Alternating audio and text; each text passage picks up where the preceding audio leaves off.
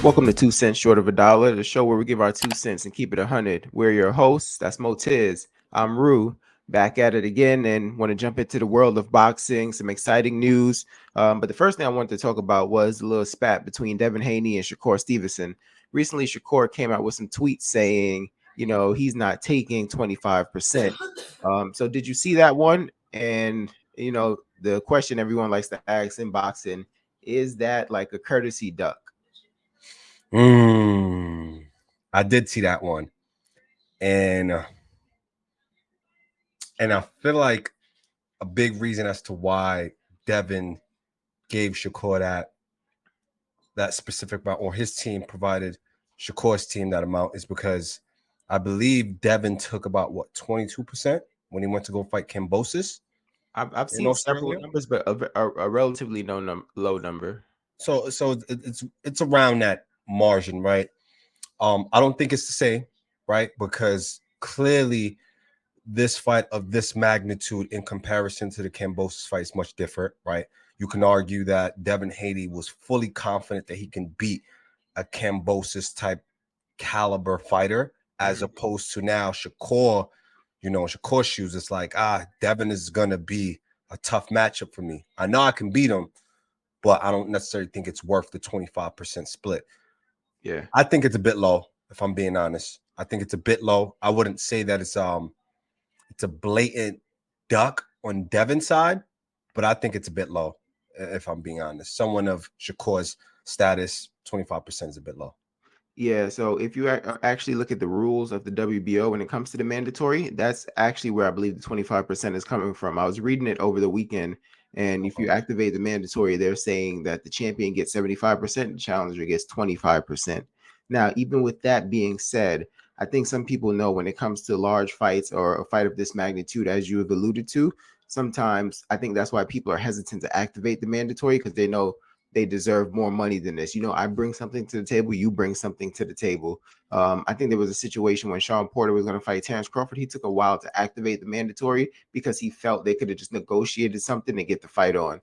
And I think that's how Shakur feels here. Like, why would I take 25% when we both got a name? Like, I'm the mandatory. Don't I shouldn't have to go that route. Let's break bread for real and get this fight on. But I think Devin, I do think he's kind of salty based on what he had to take to fight Kambosos or whatever. So I do think because it was some money situation, it was a money issue with Loma too. So I feel like he's just trying to get back all his dollars on everybody now. Yeah. But I'm not gonna lie, I still think Devin's confidence is a little shaken. And I think when you, for lack of better terms, price yourself out, I think you kind of know, all right, this fight ain't gonna happen right now. Okay, like you know what? If I'm going to take a risk, he's going to have to take this 25. It's kind of like the what Terrence Crawford was initially doing with Errol Spence, and Errol Spence had to kind of dig out of his quote unquote, he said, his pocket and pay Bud Crawford, but not to go in that area. But I want to confirm that the mandatory, can't the mandatory also be adjusted? Because I know it's not always the case when you have a mandatory that has that 75-25 split. Sometimes there's mandatory that do get about what? Because I think the mandatory when he fought Jamal Herring, he didn't have 25, he didn't get 25%. So I wonder how that works. Like, can it be adjusted? And what is it based off of? Like, do they take do they go based off of what you generate and then go from there, like on your previous fights? Like that's what I'm curious to find out. Yeah, I'm not 100% sure, but I'll send you the docs, and we can probably like link them. But I'll send you the docs. They're on Google. If you like, just search WBO mandatory, like the rules come up and stuff. You kind of see what money the WBO gets, and then the fighters split what. So I didn't realize how accessible all that information was. So I'll Yeah, send me it to neither. you. But Yeah, definitely send that to me. yeah, but I guess I gotta side with Shakur with this one. You know what I'm saying? I know they're not necessarily well, whatever friendship they have, I guess you slowly see it breaking, right? Right. But at the end of the day, we can still break this bread and get it on. You know what I mean? Right. I don't think Devin has to do him that way. I mean, I'm not gonna knock any man for trying to get as much money as he can, especially when there's no insurance policy in boxing. But I do feel in my heart of hearts that he knows when he said, "Okay, take this 25%." He knew Shakur wasn't gonna like that, and that was Yeah. going to deter the fight. But Yeah. my question is, who's Devin Haney signed to? So like, what 25% is he offering Shakur? Because is it coming from Matchroom? Is it coming from Top Rank? Who is he signed to? Because I don't think it's coming out of him and Bill Haney's pocket. Yeah, no. I think Bob Arum is in the mix. I believe Bob Arum is in the mix. I'm not sure, but because then he just signed back to Top Rank, or did he not do that I yet? haven't officially seen it yet, so I really don't know who he signed to. Yeah, then I don't know. I have no idea. I don't think Bob would do that to Shakur though. I'm not saying Bob has allegiance to anyone, but I just don't think he would do that, especially without a like very long-term commitment of Devin Haney and him thinking Devin Haney is his next guy. You know what I'm saying? So if in Bob's mind he thinks Shakur is gonna be his guy going forth, I don't think he'll do that to Shakur I because mean, he did it to Loma. but he he kind of shortchanged Loma. Like I'm talking about the money. the money. I mean, Loma ended up taking way less, regardless of what and Bob Arum was in the mix. So I think Bob Arum is capable, right? But like I said before, I just don't know. Just me speculating.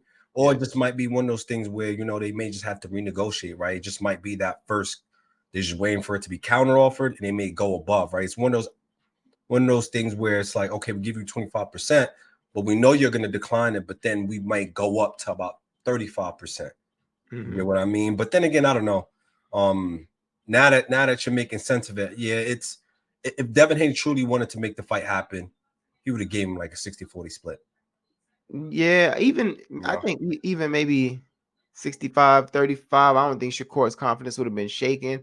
Not confident. I don't think his what would you call it? His pride would have been shaken. But I think 25 sounds so disrespectful because once you get 70-30, that's when you're kind of like, damn, this is kind of low. So he's going even lower than that. You know what I'm saying?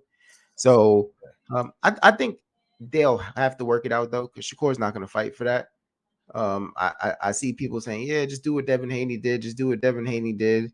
I don't necessarily know Shakur is in that desperate state right now. You know what? I think Shakur gets the clout, and I think Devin Haney wanted the clout, and he felt like, all right, if I do this, I'm gonna get the clout. You know what I'm saying? But I feel like Shakur gets that, like, just everyone, he's the truth, he's the nicest, he's the one who could possibly beat this person, beat that person. And I feel like Devin was looking for that when he was going for the undisputed. You know what I'm saying? If that makes sense. Yeah, and then of course, like it was a no-brainer for Devin. Cambosis. Yeah. I'll take chump change because I know I'm going to beat you. I know it's going to be a high chance I'm going to beat you. It's not like a huge risk. But only time will tell. We'll see what direction Devin will go. We'll see what direction Shakur will go. See if negotiations fall through or if it maintains and they stay the course. We'll see what happens. Because all in all, right? Would he tell Tank to take 25%? I know Tank's not activating the mandatory, but would he tell him that? He wouldn't, right? No. I feel like you got to stay consistent, but I kind of want to hear from the viewers. What do y'all think? Do you think this is a duck move? Do you think it's legitimate? Tell us what do you think? Do we still want this fight, or it's kind of like we can move on from this fight? What's your opinions?